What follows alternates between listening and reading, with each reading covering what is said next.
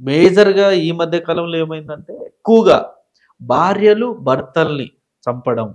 Bye ఫ్రెండ్‌తో కలిపి చంపడం. డ్రమ్ముల్లో ఆ బ్లూ డ్రమ్ అనే కాన్సెప్ట్ ఇప్పుడు చాలా వైరల్ అయిపోయింది. ఎక్కువగా అనేది మీరు ఏ బేసిస్ నుంచి ఈ పదం వాడుతున్నారు? మీడియాకి ఇదొక అలవాటయిపోయింది. హ్మ్. ఎక్కువగా. ఎక్కువగా అంటే మీకు ఎన్ని న్యూస్‌లొచ్చినాయి? మొత్తం ఏడాదిలో 10 వచ్చినాయి. హ్మ్. ఏడాదిలో 10 న్యూస్‌లొచ్చినాయి. భర్తల్ని, భార్యలు చంపిన న్యూస్‌లు. హ్మ్. భార్యల్ని చంపిన న్యూస్‌లు ఎన్నొచ్చాయి? హ్మ్. ఎన్నొచ్చాయి? ఎక్కువున్నాయంటారా? 1,26,000 వచ్చాయి.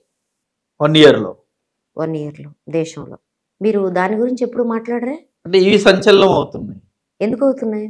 హ్మ్. ఎందుకవుతున్నాయంటే మీ జర్నలిస్టులకు చెప్పే రూల్ ఒకటుంది గదా మొదట్లోనే. హ్మ్. కుక్క మనిషిని కరిస్తే న్యూస్ కాదు. మనిషి కుక్కని కరిస్తే న్యూస్. న్యూస్. అంటే కుక్క కరవడం అనేది సహజమైన విషయం. హ్మ్. 1,26,000 ప్రాణాలు ఆడవాళ్ళవి, భార్యలవి, భర్తలు చంపడం అనేది న్యూస్ కాదు. అది సహజమైన విషయం. భర్తకి పెళ్ళాం ప్రాణాలు తీసే హక్కుంది. ఇది ఎప్పటినుంచో జరుగుతోంది కదా! ఇప్పుడు కాదు కదా! నా చిన్నప్పుడు 80స్‌లో వరకట్న మరణాలు, కిరసనాయిల మరణాలు, స్టవ్ మరణాలు. పేలి అవును. అక్కడి నుంచి మొదలైతే ఇప్పటికి 40 ఏళ్ల నుంచి మనకు అలవాటైపోయింది. అది న్యూస్ కాదు. న్యూస్ ఏంటి?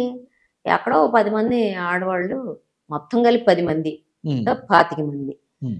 వీళ్ళు భర్తల్ని చంపేశారు. హ్మ్. అంటే ఏంటి? మనుషులు కుక్కల్ని కరిశారు. హ్మ్. ఎంత ఘోరమైన విషయం.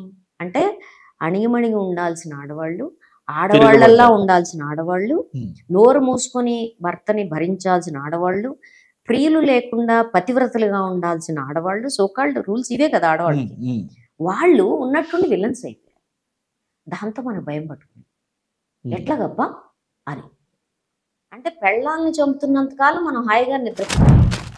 ఇప్పుడు పెళ్ళాలు నలుగురు చంపగానే మన పెళ్ళం నేర్చేసుకుంటుందేమో అని మనకి దుఃఖంతో నిద్రపడ్డాం.